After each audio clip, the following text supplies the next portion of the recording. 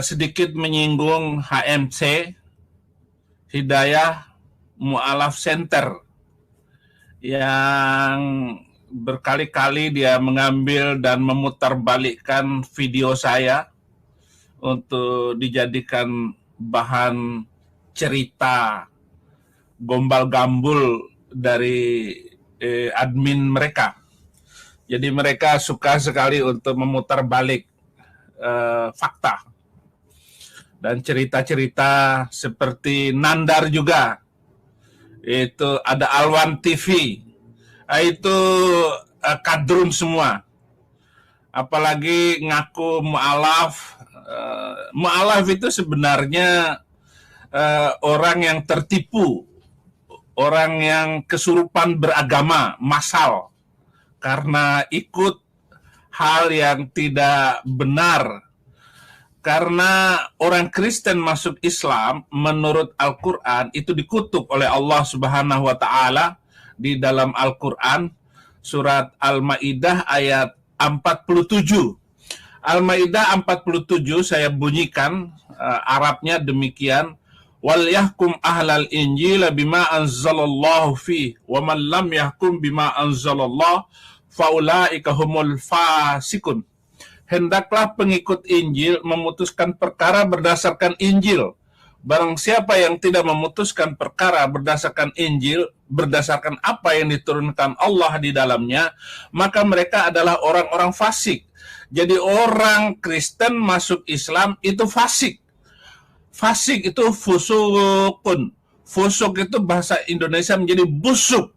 Orang yang mati busuk, mati karena dia tidak mengenal kebenaran itu sendiri dengan benar, sehingga dia melarikan diri dari kebenaran itu. Mereka menyingkirkan diri, mereka ya tentu saja karena kecewa. Banyak mereka kecewa karena gerejanya, karena pendetanya, karena mau kawin lagi, semua urusan di bawah perut. Rata-rata orang yang mu'alaf itu urusan bawah perut itu, karena mau kawin lagi dengan anak Haji Dolah. Ya itulah. kasihan kamu HMC. Jadi jangan suka mutar-mutar. Tapi ya bagi saya ya, kamu ambil video saya dengan cara apapun, kamu memutar balik cerita di dalam video saya tetap sukacita dan senang sekali. Iya, karena orang akan mencari lagi video saya yang asli, sehingga tidak diputar balikan oleh kamu, HMC, Hidayah Mu'alaf Center. Apapun yang kamu lakukan dengan video-video saya senang sebelaka. Karena nama Yesus makin ditinggikan. Saifuddin Ibrahim disembunyikan di balik salib Kristus. Kamu tahu kan maksud saya? HMC, kalau memang dulu kamu itu mu'alaf, ya, tahulah. Saya semua pendeta hamba Tuhan itu bersembunyi di balik salib Kristus, agar salib Kristus tidak menjadi sia-sia, agar apa yang dibawa oleh Yesus Kristus penebus di dalam hidup kita itu tidak cuma-cuma dan tidak sia-sia. Karena apa? Karena kita jangan sampai menyombongkan diri. Artinya video saya walaupun viral, walaupun Saifuddin Ibrahim itu sudah terkenal, bukan Saifuddin Ibrahim yang terkenal. Nama Yesus yang ditinggikan, nama Yesus yang dimuliakan. Jadi itu. Kamu jadi mu'alaf apa? Urusan bawah perut. Atau urusan perut. Karena mau cari makan. Karena mau cari kekuatan. Karena mau cari jaringan bisnis. Anda mengatakan bahwa mu'alaf itu adalah hidayah. Saya juga heran. Kenapa Anda berani masuk Islam padahal Al-Quran sangat membenci orang Kristen yang masuk Islam? Bahkan Al-Quran sendiri mengancam, bahkan boleh membunuh orang Yahudi dan orang Kristen. Iya. Qatilul ladzina la yu'minuna billahi wa bil yaumil akhir wa la yuharrimuna ma harramallah wa la yadinuna bidinil haqqa minal ladzina utul kitab. Perangilah orang-orang yang tidak beriman kepada Allah dan hari kemudian. Mereka tidak mengharamkan apa yang diharamkan oleh Allah dan Rasul. Mereka tidak beragama dengan agama yang benar, yaitu agama Islam. Siapakah mereka yang boleh diperangi itu? Minalladzina utul kitab, yaitu orang-orang yang telah diberi Alkitab. Itu boleh diperangi loh, saudara. Bagaimana Anda mengatakan itu sebagai hidayah? Saya heran. Makanya saudara-saudara terkasih yang ada di Papua, yang ada di Ambon, ataupun di NTT, Anda itu nyaman menjadi orang pengikut Yesus. Karena Yesus tidak menyuruh membunuh manusia lain karena beda agama. Yesus tidak pernah membawa ancaman kepada siapapun. Dan Yesus tidak punya musuh. Musuh Yesus nggak ada. Yang ada adalah orang yang memusuhi Yesus. Tidak ada. Yang disebut aduwullah, musuh Allah itu nggak ada. Maka Yesus tidak pernah mengatakan musuh Yesus nggak ada. Ini kan metode pola pikir domain yang tidak ketemu, artinya saling kontradiksi antara satu dengan yang lain. Beda jauh langit dan bumi pengajarannya. Maka salah satu kenapa saya mengundurkan diri dari keyakinan saya yang lama, karena boleh membunuh manusia lain karena beda agama.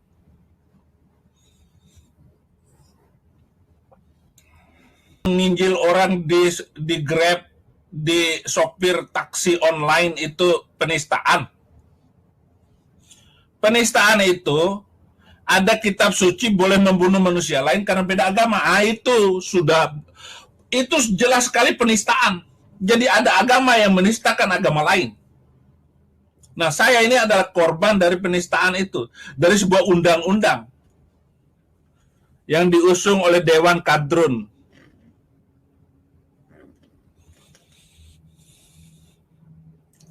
Dan undang-undang itu, pasal itu hanya mengena kepada orang-orang minoritas.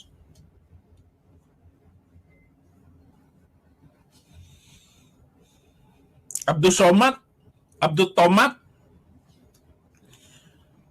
yang menghina salib nggak ditangkap. Malah dia mengajarkan poligami.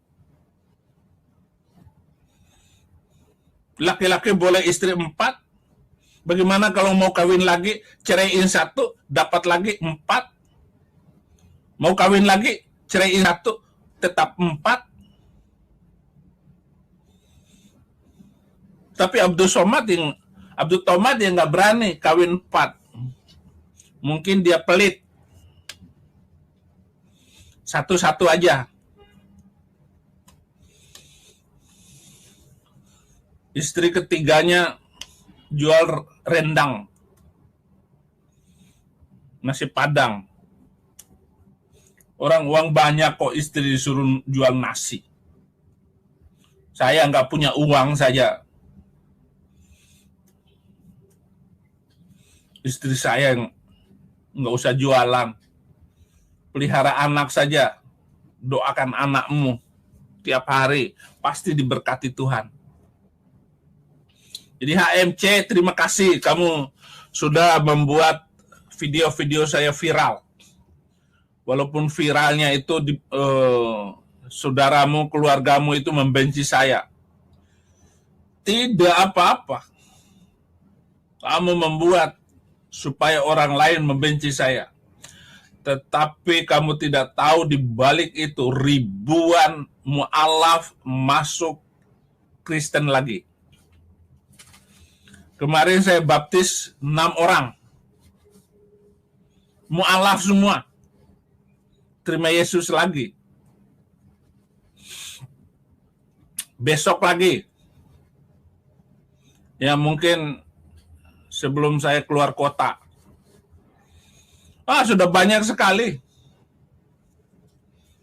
Mu'alaf dapat hidayah murtadin. Menjadi murtad.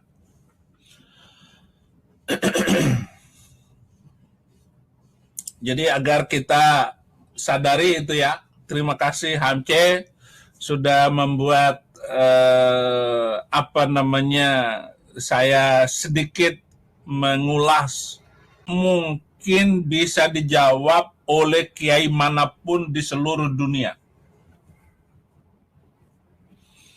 Kok bisa Pak Pendeta? Ya iyalah.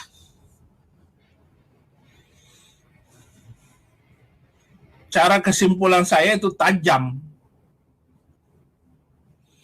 Kadang-kadang menyakitkan.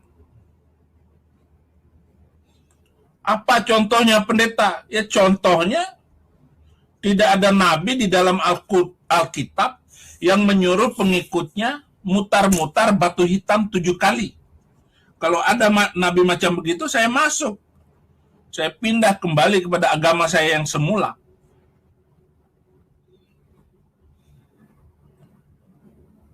Loh, mereka kan nggak menyembahnya. Iya, nggak menyembahnya. Tetapi kenapa kok harus diputar-putar itu batu itu? Dan kenapa harus mengarahkan jidat ke sebuah batu? Bukankah Tuhan itu adalah semesta alam? Kita bisa menyembah kemanapun arah. Seperti gereja. Gereja di seluruh dunia ini adalah menghadap jalan. Kalau jalannya miring, ya gereja juga miring. Bagaimana kalau jalannya bundar? Iya, gereja juga bundar. Enggak masalah. Karena Tuhan itu imanen. Dia ada di mana-mana. Imanen dengan diri kita. Ada di dalam diri kita. Maka menyembah Tuhan dalam roh dan kebenaran. Allah itu roh. Oleh sebab itu harus menyembah dalam roh dan kebenaran, dalam roh dan kebenaran. Ini supaya disadari, supaya difahami semua oleh kita, oleh Anda, oleh saya semua. Jangan sampai salah melangkah. Al-Ayubi cepat tobat pas sembahlah Tuhannya Yesus. Ya, Yesus itu Tuhan. Al-Ayubi channel. Dia Tuhan. Dia yang harus disembah. Tobat apa? Tobat itu terima Yesus. Itu tobat. Kalau keluar itu tomat. Pagi tobat, sore kumat. Haleluya. Jadi saudara-saudara, terima kasih untuk doa saudara. Terima kasih untuk begitu banyak bantuan dan saya sebenarnya mau bacakan orang-orang yang sudah membantu lewat rekening saya. Saya hanya makan kalau Anda menulis di situ untuk pastori, itu untuk makanan saya. Tapi jangan khawatir tentang apapun yang saya makan dan yang saya minum sudah dijamin oleh Tuhan Yesus Kristus. Terjamin semua.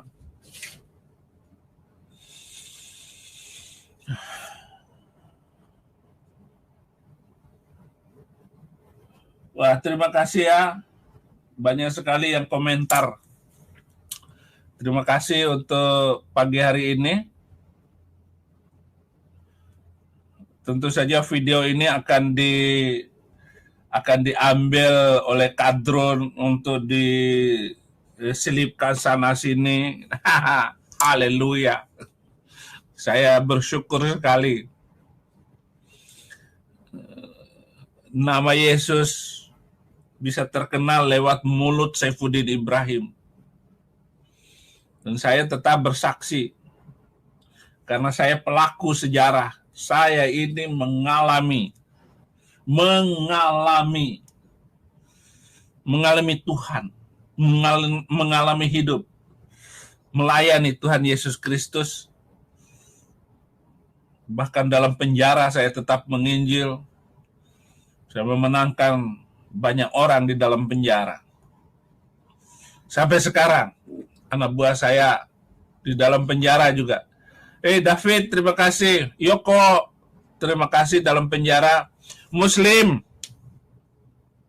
terima kasih semua.